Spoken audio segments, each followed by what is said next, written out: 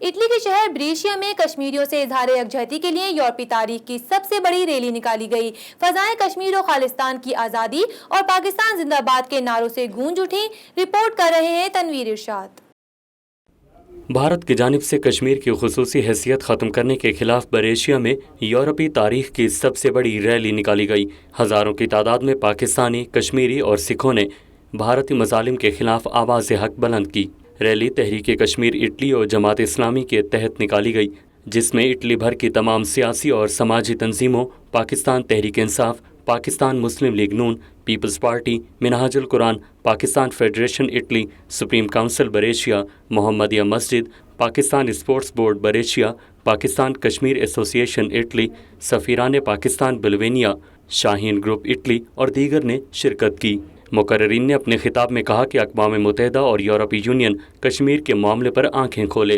ہمیں بھی کشمیریوں کے حق خود ارادیت کے لیے کیے گئے وعدوں پر عمل درآمد کرنے کے لیے اس تحریک کو اس طرح جاری رکھنا ہوگا۔ لوگوں پر وہ اتنا ہی ظلم سکھوں پر ڈالتے ہیں اور وہ اتنا ہی ظلم جو ان کے کمزاد والے ہندو ہیں، جن کو ہم دلتس کہتے ہیں، ان کے ساتھ بھی یہ ظلم کرتے ہیں۔ یہ ساری اس بات کی نشاندہی ہے۔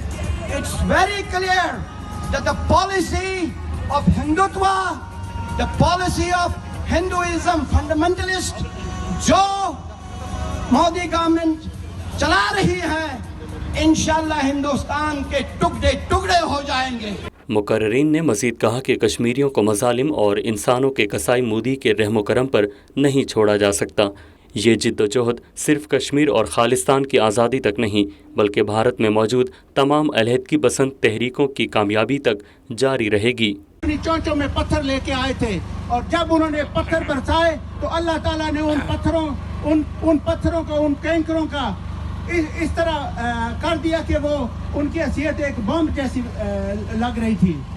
تو انشاءاللہ تعالیٰ یہ اللہ کی بارگاہ میں ہے کہ کسی کے ماتھے کا پسینہ انشاءاللہ تعالیٰ ٹھنڈک بنے گا ہماری کشمیر کی بہنوں کی، اور کسی کے ماتھے کا پسینہ مودی کے لیے زہر ثابت ہوگا انشاءاللہ۔ سینئر کشمیری رہنما بیرسٹر عبدالمجید ترمبو کا کہنا تھا کہ بریشیا نے کشمیریوں سے اپنی محبت کا حق ادا کر دیا اور یہ تاریخی اجتماع کشمیریوں کی جد و جہدی آزادی کے لیے انتہائی اہم ہے۔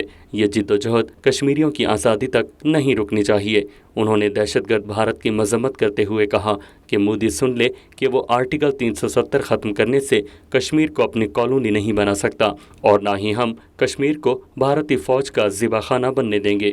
یہ تحریک کشمیریوں کی آزادی تک جاری رہے گی اور بھارت کو کشمیر سے باہر نکال پھینکیں گے۔